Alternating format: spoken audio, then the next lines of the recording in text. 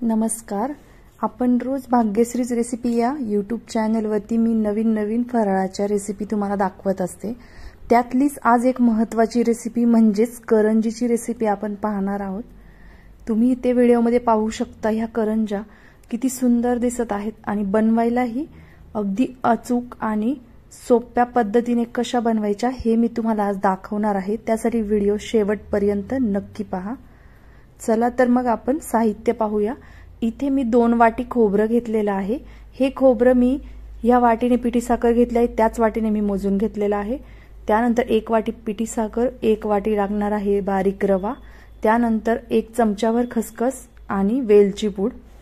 आता मी इथे एक पॅन गरम करण्यासाठी ठेवलेला आहे. त्या पॅनवरती आता इथे आपण खसखस छान मस्त खमंग भाजून घेणार आहोत. खूप जास्त लाल करायची नाही खसखस.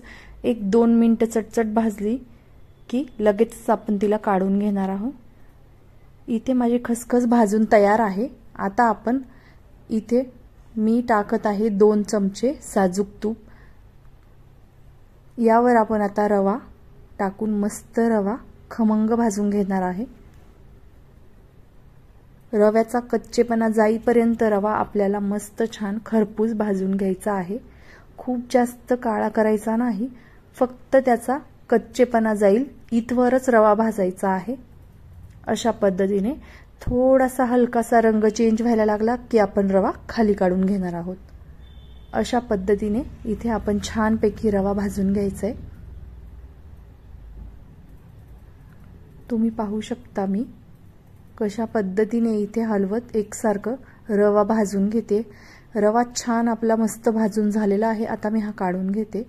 रवा काढल्यानंतर त्याच पॅनमध्ये मी इथे आपण 2 वाटी खोबरं घेतलं होतं तेही इथे छान कुरकुरीत होईपर्यंत भाजून घ्यायचंय. लक्षात ठेवा खोबरं आपल्याला खूप जास्त जाळायचं नाही, फक्त कुरकुरीत करायचंय, त्याचा रंगही बदलायचा नाही. अशा पद्धतीने खोबरं भाजून घ्यायचंय. आणि खोबरं भाजत असताना गॅस मंद ठेवायचा आहे कारण खोबरं पटकन जळतं. इथे खोबरंही भाजून झालेलं आहे. तेही मी एका परातीमध्ये काढून घेतलेलं आहे सगळं साहित्य. अशा पद्धतीने साहित्य तुम्ही एकाच भांड्यामध्ये काढलं तरीही चालेल.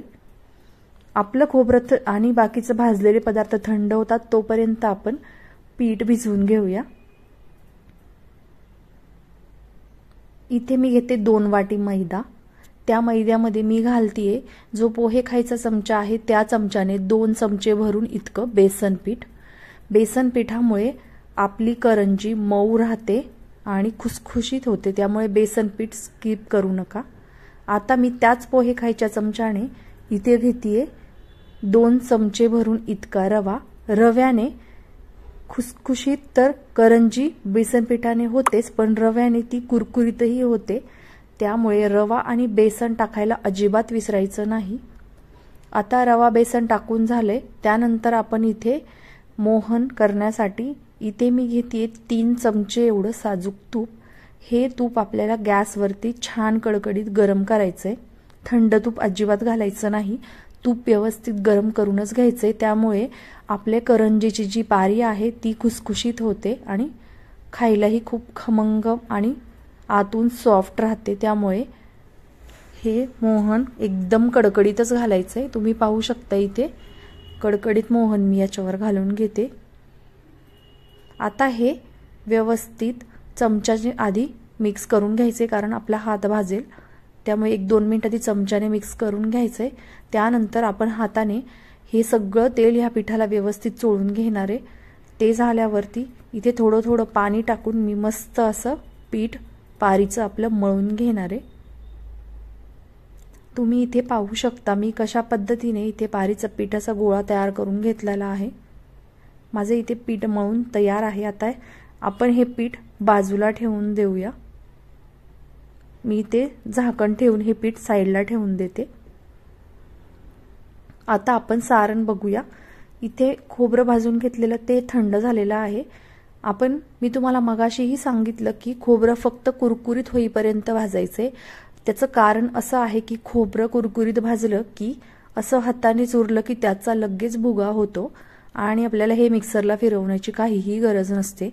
अशा पद्धतीने हाताने हे खोबरं छान दाबून चुरून घ्यायचे, त्यामुळे खोबऱ्याचा छान भुगा होतो आणि ते ह्या रव्याबरोबर एकजीव होऊन जातं। इथे मी सगळं मिक्स करून घेतलेलं आहे। त्यामध्ये आता घालायची आहे 1 वाटी भरून पिठी साखर।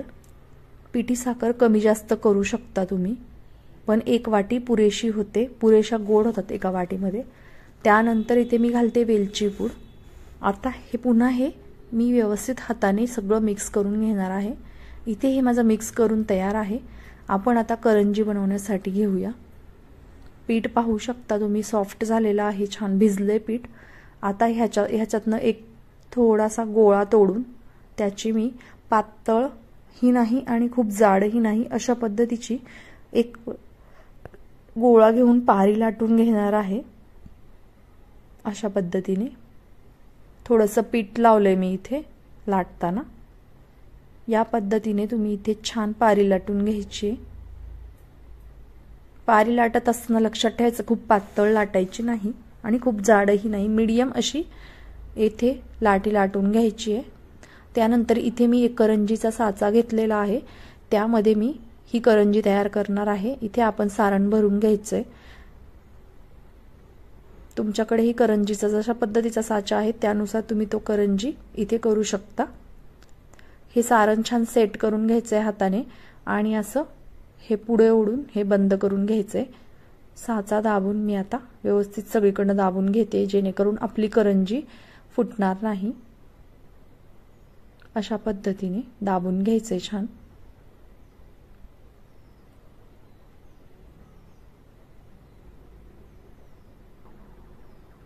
उघडून पाहूया आपली करंजी कशी झाली ते।